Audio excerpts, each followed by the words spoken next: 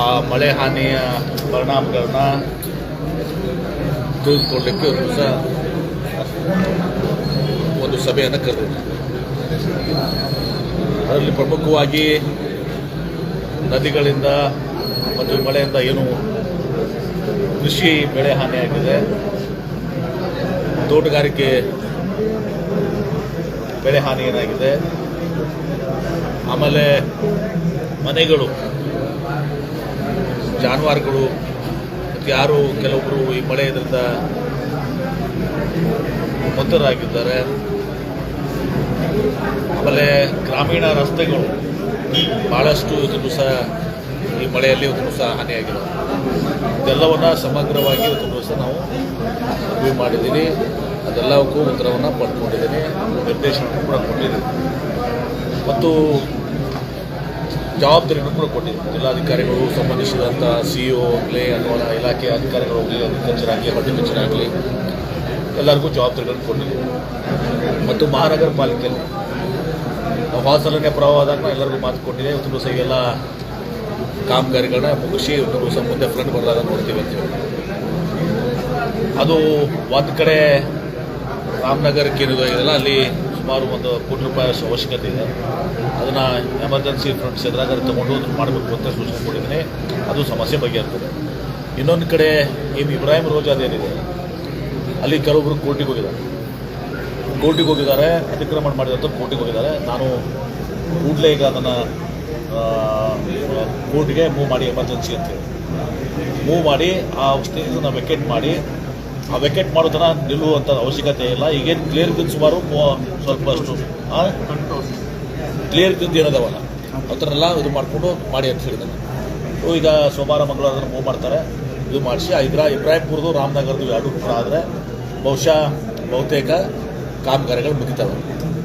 ಮತ್ತು ಈಗ ನಾಳೆ 11ನೇ ತಾರೀಕಿಗೆ ಹೇಗಿದ್ರು ದಿವಸ ಈ ಕಾರ್ಪೊರೇಷನ್ ಅಧ್ಯಕ್ಷ ಇದ್ರು ಮುಗಿದ ಮೇಲೆ 12ನೇ ತಾರೀಕಿಗೆ ಅಥವಾ 11ನೇ ತಾರೀಕಿಗೆ ಎಲ್ಲ ಕಾರ್ಪೊರೇಟರ್ಸ್ನು ಕೂಡ ಕರಿಬೇಕು.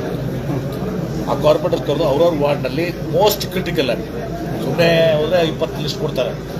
ಮೋಸ್ಟ್ ಕ್ರಿಟಿಕಲ್ ಇವತ್ತು ಸಹ ಫ್ಲಡ್ಗೆ ಏನು ಇವತ್ತು ಶುರುವಾಗಿದೆ. ಈ ಥರ ಮಸಾಲ ಜುಮ್ಮಾ ಬಶೀರ್ನಲ್ಲಿ ಒಂದು ಮಗುಸದಿತ್ತು, ಅದನ್ನ ಇದು ಮಾಡಿಸಿ ಅದು ಕಂಪ್ಲೀಟ್ ಮಾಡ್ತಾರೆ. ಈಗೇನು ಉಳಿದಿದ್ದಂಥ ಇನ್ನು ಮೇಜರ್ ಉಳಿದಿದ್ದಾವೆ. ಅದು ₹1 ಕೋಟಿ ಅಡ್ವಾನ್ಸ್ ಕೊಡಬೇಕು. ಅದನ್ನು ಎಲ್ಲರೂ ತೊಗೊಳ್ಳಿ, ಎಮರ್ಜೆನ್ಸಿ ಮಾಡ್ಕೊಳ್ಳಿ ಅಂತ ಹೇಳಿದ್ವಿ. ಬೇಕಾದ್ರೆ ಬೇರೆ ಕಾಮಗಾರಿದ ಸ್ವಲ್ಪ ಹಣ ಕಡಿತ ಮಾಡಿದನ ನಾವು ಒದಗಿಸ್ಬೇಕು, ಅದನ್ನು ಹೊಂದಾಣಿಕೆ ಮಾಡ್ತೀವಿ.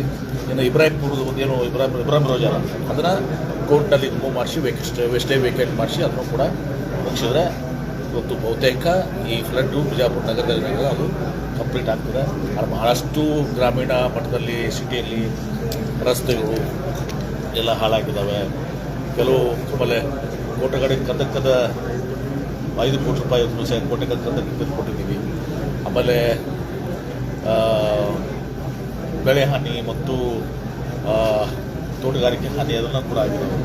ಎಲ್ಲವನ್ನು ಒದಗಿಸಿ ಮಾಡಿ ಎಲ್ಲರೂ ಜಾಗೃತರಾಗಿ ಎಚ್ಚರಿಕೆಯನ್ನು ಕೆಲಸ ಮಾಡಬೇಕು. ಮತ್ತು ಯಾರಿಗೂ ಕೂಡ ಒಬ್ಬ ರೈತರಿಗೂ ಕೂಡ ಅನ್ಯಾಯ ಆಗದಾಗೆ ಕೆಲಸ ಮಾಡಬೇಕು, ನಿರ್ಲಕ್ಷ್ಯ ಮಾಡದೆ ಕೆಲಸ ಮಾಡಬೇಕು. ವಿಡಿಯೋಸ್ಗಳು ಕರೆದು ಕೂಡ ಮಾಹಿತಿ ತೆಗೆದುಕೊಳ್ಳುತ್ತೆ. ಆ ಕಡೆ ಬೇಕಾದ್ರೆ ಮಾಹಿತಿ ತಿಳ್ಕೊಳ್ಳಿ, ಸತ್ಯ ಅಸತ್ಯ ಅದನ್ನು ಚೆಕ್ ಮಾಡಲಿಕ್ಕೆ ಮಾಹಿತಿ ಕೊಟ್ಕೊಳ್ಳಿ ಅಂತೇಳಿ ಎಲ್ಲರೂ ಕೂಡ ನಿರ್ದೇಶ ಕೊಡಿ. ಶಿವಾಜಿ ಸರ್ಕಲ್ ಇಲ್ಲಿ ಬ್ಲಾಕ್ ಇದೆ ಸರ್. ಶಿವಾಜಿ ಸರ್ಕಲ್ಗೆ ಯಾಕೆ ಬ್ಲಾಕ್ ಅದ್ರ ಮುಂದಿಲ್ಲ ಅದೇ ಮಾಡ್ತಿದ್ವಿ. ಆ ಡೋಣಿದು ಅಂತ ಹೇಳಿದ್ರಲ್ಲ, ಡೋಣಿ ನದಿ ಮೇಲೆ ಭಾಳಷ್ಟು ಇದು ಆಗಿದ್ದಾವೆ. ಹಿಂದೆ ನಾನು ನೀರಾವರಿ ಮಂತ್ರಿ ಇದ್ದಾಗ ಈ ಒಂದು ಸಮಗ್ರ DPR ಮಾಡಿ ಕೇಂದ್ರ ಸರ್ಕಾರ ಸಬ್ಮಿಟ್ ಮಾಡಿದ್ದೀವಿ. ವ್ಯಾಪ್ಕೋ ಅಂತೇಳಿ ಕೇಂದ್ರ ಸರ್ಕಾರ ಏಜೆನ್ಸಿನೇ ಅದನ್ನು ಮಾಡಿದೆ. ಮಾಡಿ ಸುಮಾರು 1800-2400 ಕೋಟಿ ರೂಪಾಯಿ ಆಗಿದೆ. ಕೋಸಿ ನದಿ ಕೋಸಿ ನದಿಯಲ್ಲಿ ಯಾವ ರೀತಿ ಇದು ಆಗಿತ್ತು ಅದ್ರ ಬಗ್ಗೆ ಕೊಡಬೇಕು ಅಂತೇಳಿ ಮಾಡಿದ್ದೀವಿ. ಅದು ಇನ್ನೂ ಕೂಡ ಅದು ಕ್ಲಿಯರ್ ಆಗಿಲ್ಲ.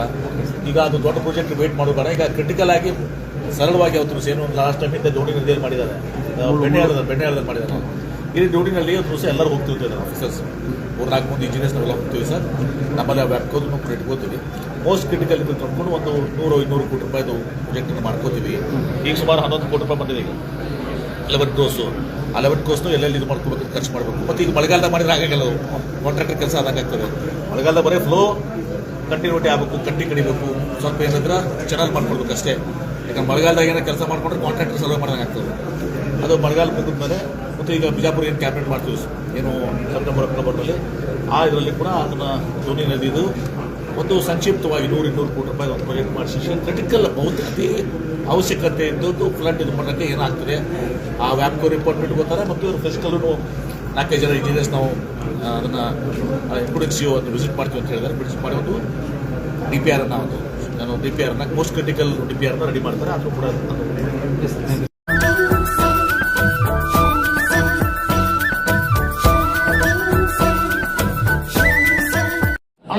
अभी सब्सक्राइब करें